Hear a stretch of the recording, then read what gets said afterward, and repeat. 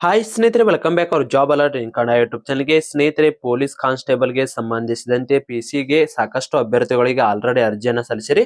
ಅರ್ಜಿ ಸಲ್ಲಿಸಿದವರಿಗೆ ನಾಳೆ ಅಂದ್ರೆ 19/7/2026ರಂದು ಕಡ್ಡಾಯ ಕನ್ನಡ ಪರೀಕ್ಷೆ ಇರ್ತದ. ಹಾಗಿದ್ರೆ ಕಡ್ಡಾಯ ಕನ್ನಡ ಪರೀಕ್ಷೆನ ಯಾರೆಲ್ಲ ಬರೆಯಬೇಕು, ಯಾರೆಲ್ಲ ಬರೆಯಬಾರದು, ಹಾಗಿದ್ರೆ ಕಡ್ಡಾಯ ಕನ್ನಡ ಪರೀಕ್ಷೆಯಲ್ಲಿ ಎಷ್ಟು ಅಂಕ ತೆಗೆದುಕೊಂಡ್ರೆ ನಾವಿಲ್ಲಿ ಪಾಸ್ ಆದ ಹಾಗೆ, ಕಂಪ್ಲೀಟ್ ಆದ ಮಾಹಿತಿನ ವಿಡಿಯೋದಲ್ಲಿ ತಿಳಿಸ್ಕೊಡ್ತೀನಿ. ವಿಡಿಯೋನ ಸ್ಕಿಪ್ ಮಾಡದೆ ಕೊನೆವರೆಗೂ ನೋಡಿ. ಬನ್ನಿ ಸ್ನೇಹಿತರೆ, ಆಗಿದ್ರೆ ಕಂಪ್ಲೀಟ್ ಆದ ಮಾಹಿತಿಯನ್ನು ತಿಳಿಸ್ಕೊಡ್ತೀನಿ ನಿಮಗೆ. ಇದರಲ್ಲಿ ಏನಾದರೂ police constable, PC, PSI, SD, FD ವಿವಿಧ ಹುದ್ದೆಗಳಿಗೆ ಸಂಬಂಧಿಸಿದಂತೆ ತಯಾರಿ ನಡೆಸಿದರೆ ಈ ನೋಟ್ಸ್ ತುಂಬಾ ಉಪಯುಕ್ತ. ಹೌದು ಸ್ನೇಹಿತರೆ, ಸಿಲೆಬಸ್ ಕಂಪ್ಲೀಟ್ ಸಿಲೆಬಸ್ ನೋಟ್ಸ್. ಇದ್ರ ಜೊತೆಗೆ ನಿಮಗೆ SDA, FDA, PC, PSI ವಿವಿಧ ಹುದ್ದೆಗಳಿಗೆ ಸಂಬಂಧಿಸಿದಂತೆ ಓಲ್ಡ್ ಕ್ವಶನ್ ಪೇಪರ್ ಕೂಡ ಕಳಿಸಲಾಗ್ತದೆ.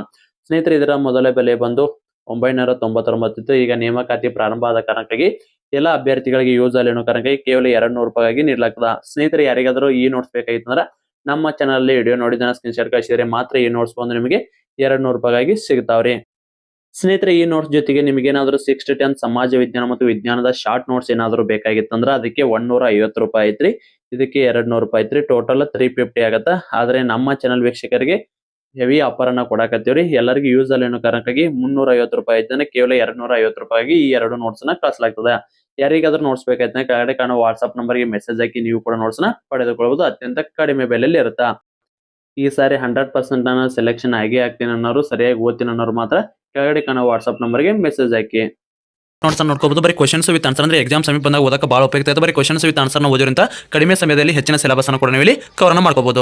ಸ್ನೇಹಿತರೆ, ಇಲ್ಲಿ ನೋಡ್ಕೋಬಹುದು ಭಾರತ ಸಂವಿಧಾನದ ಒಟ್ಟು ವಿಧಿಗಳು ಮತ್ತು ಅದರ ಕಾರ್ಯಗಳಿಗೆ ಆಲ್ರೆಡಿ ಇದಕ್ಕೆ ಸಂಬಂಧಿಸಿದ ಡೀಟೇಲ್ಸ್ ಎಲ್ಲ ಮಾಹಿತಿ ಓದಿರ್ತೀರಿ. ಈಗ ಎಕ್ಸಾಮ್ ಸಮೀಪ ಬಂದಾಗ ಬರೀ ಅದರ ವಿಧಿಗಳು ಮತ್ತು ಅದರ ಕಾರ್ಯ ಏನೈತೆ ಅಂತ ನೋಡ್ಕೊಳ್ಳಿ ಅಂತ ನಿಮಗೆ ಎಲ್ಲ ಹಿಂದೆ ಓದಿದ್ದು ನೆನಪಾಗ್ತದೆ. ಇದರಿಂದ ಕಡಿಮೆ ಸಮಯದಲ್ಲಿ ಎಲ್ಲ ಸಿಲೆಬಸ್ ಕೂಡ ಕವರ್ ಆಗ್ತದೆ. ರಿವಿಷನ್ ಪರ್ಪಸ್ ಮಾಡೋರಿಗೆ ಇದು ಬಹಳ ಸ್ನೇಹಿತರೆ, ಅದಕ್ಕೂ ಮೊದಲು ನೀವೇನಾದ್ರೂ ಪೊಲೀಸ್ ಕಾನ್ಸ್ಟೇಬಲ್ಗೆ ಸಂಬಂಧಿಸಿದಂತೆ ವಿಲೇಜ್ ಅಕೌಂಟ್, PCP ಯಾವುದೇ ಒಂದು ಪರೀಕ್ಷೆಗೆ ತಯಾರಿ ನಡೆಸಿದ್ರ ಈ ಶಾರ್ಟ್ ನೋಟ್ಸ್ ತುಂಬಾ ಉಪಯುಕ್ತ ಐತಿ. ಹೌದು ಸ್ನೇಹಿತರೆ, ಈ ಶಾರ್ಟ್ ನೋಟ್ಸ್ ಅಲ್ಲಿ ನಿಮಗೆ ಕಡ್ಡಾಯ ಕನ್ನಡ ಪರೀಕ್ಷೆಗೆ ಸಂಬಂಧಿಸಿದಂತೆ ನೋಟ್ಸ್ ಐತಿ.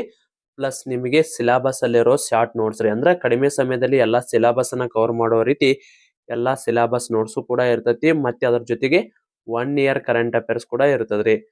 ಈ ನೋಟ್ಸ್ ಕೇವಲ 250 ರೂಪಾಯಿ ಸಿಗ್ತದ್ರಿ. ಮಿಸ್ ಮಾಡ್ಕೋಕ್ ಹೋಗ್ಬೇಡ್ರಿ. ಅತ್ಯಂತ ಕಡಿಮೆ ಸಮಯದಲ್ಲಿ ಎಲ್ಲಾ ಸಿಲೆಬಸ್ ಅನ್ನ ಕವರ್ ಮಾಡಕ ಅಥವಾ ರಿವಿಷನ್ ಪರ್ಪಸ್ ನೀವೇನಾದ್ರೂ ನೋಟ್ ಹುಡುಕ್ತಿದ್ರಂದ್ರ ಈ ನೋಟ್ಸ್ ತುಂಬಾ ಉಪಯುಕ್ತ ಆಗಿರ್ತದ. ಇಂಟ್ರೆಸ್ಟ್ ಇದ್ರೆ ಮಾತ್ರ ಕೆಳಗಡೆ ಕಾಣುವ ವಾಟ್ಸ್ಆಪ್ ನಂಬರ್ಗೆ ಮೆಸೇಜ್ ಹಾಕಿ. ಬನ್ನಿ ಸ್ನೇಹಿತರೆ, ಆಗಿದ್ರೆ ಟಾಪಿಕ್ ಗೆ ಬರೋದಾದ್ರೆ, ಸ್ನೇಹಿತರೆ, ಇನ್ನೂ ಸಾಕಷ್ಟು ಅಭ್ಯರ್ಥಿಗಳಿಗೆ ಕಡ್ಡಾಯ ಕನ್ನಡ ಪರೀಕ್ಷೆಯನ್ನ ಯಾರು ಬರೆಯಬೇಕು, ಯಾರು ಬರೆಯಬಾರ್ದಂತನ ಗೊತ್ತಿಲ್ರಿ. ನಿಮಗೆ ಕಂಪ್ಲೀಟ್ ಆದ ಮಾಹಿತಿನ ನೋಡ್ರಿ. ಇಲ್ಲಿ ಕರ್ನಾಟಕ ಪರೀಕ್ಷಾ ಪ್ರಾಧಿಕಾರ ಕೇಂದ್ರ ಬಂದ ಅಫಿಷಿಯಲ್ ಆದ ಮಾಹಿತಿನ ನಿಮಗೆ ತಿಳಿಸ್ಕೊಡ್ತೀನಿ. ಇಲ್ಲಿ ನೋಡ್ಕೋರಿ. ಓಕೆ ರೀ. ಸಿವಿಲ್ ಕಾನ್ಸ್ಟೇಬಲ್ ಹುದ್ದೆಗಳಿಗೆ ಸಂಬಂಧಿಸಿದಂತೆ ಅರ್ಜಿ ಸಲ್ಲಿಸುವ ಅಭ್ಯರ್ಥಿಗಳಲ್ಲಿ ಸರ್ಕಾರದ ಅಧಿಸೂಚನೆ ಅಂದ್ರೆ ಐತ್ರಿ.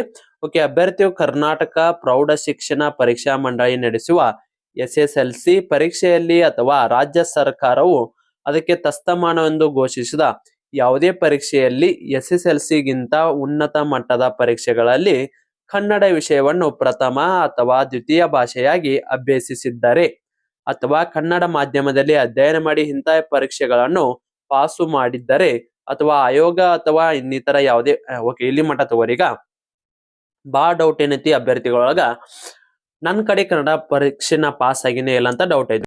ಸ್ನೇಹಿತರೆ, ಮೊದಲಿಗೆ ನಿಮ್ದು SSLC ಮಾರ್ಕ್ಸ್ ಕಾರ್ಡ್ ಅನ್ನ ತಗೊಂಡ್ರಿ ಅದರಲ್ಲಿ ನಿಮ್ದು ಕನ್ನಡ ಪೇಪರ್ ಐತೆ ಎಲ್ಲ ನೋಡ್ಕೋರಿ. ಅಂದ್ರ ಕನ್ನಡ, ಇಂಗ್ಲಿಷ್, ಹಿಂದಿ ಇವೆಲ್ಲ ಕೂಡ ಇರ್ತಾವ ಸಬ್ಜೆಕ್ಟ್. ಆ ಸಬ್ಜೆಕ್ಟ್ ಒಳಗ ಕನ್ನಡ ಐತಂದ್ರ ಪ್ರಥಮ ಭಾಷೆಯಾಗಿ ಕನ್ನಡ ಐತಿಲ್ಲ ಚೆಕ್ ಮಾಡ್ಕೋರಿ.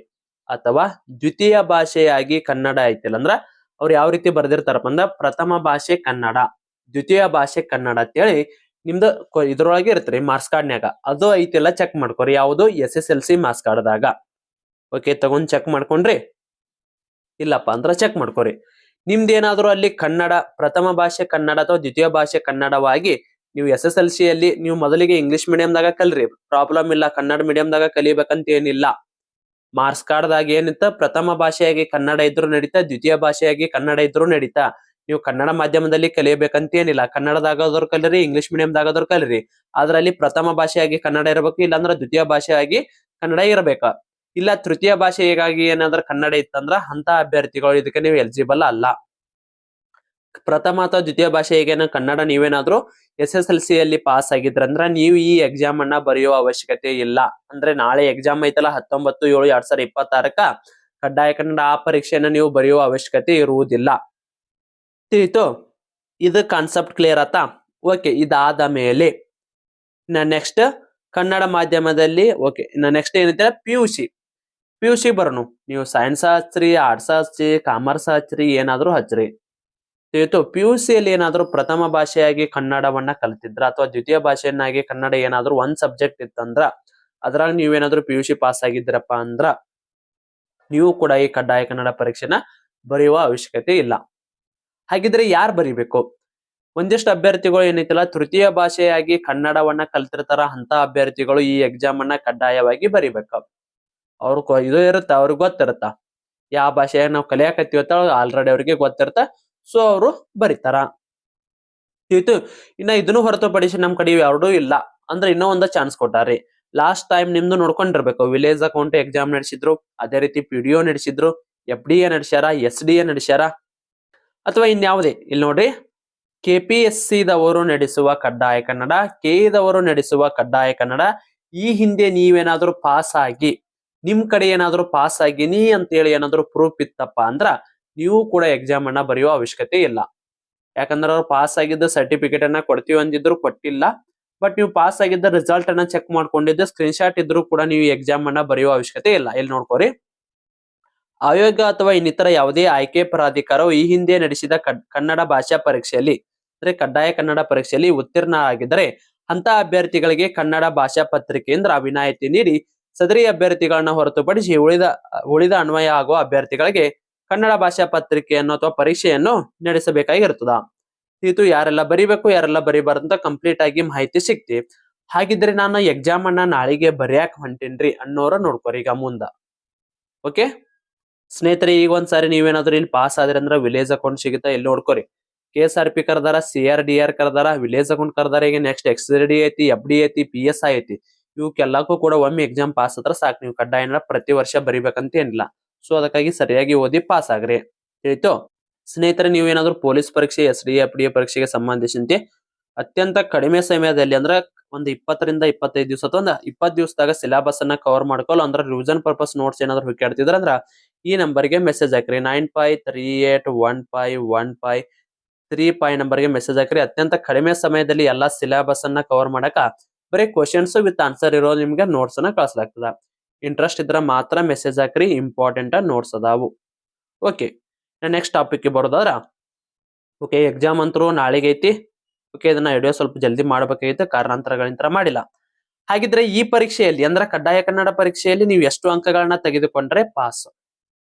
ಇದು ಮಲ್ಟಿಪಲ್ ಚಾಯ್ಸ್ ಇರ್ತದ, ರಿಟರ್ನ್ ಎಕ್ಸಾಮ್ ಇರುತ್ತಂತ ಸಾಕಷ್ಟು ಅಭ್ಯರ್ಥಿಗಳಿಗೆ ಡೌಟ್ ಇತ್ತು.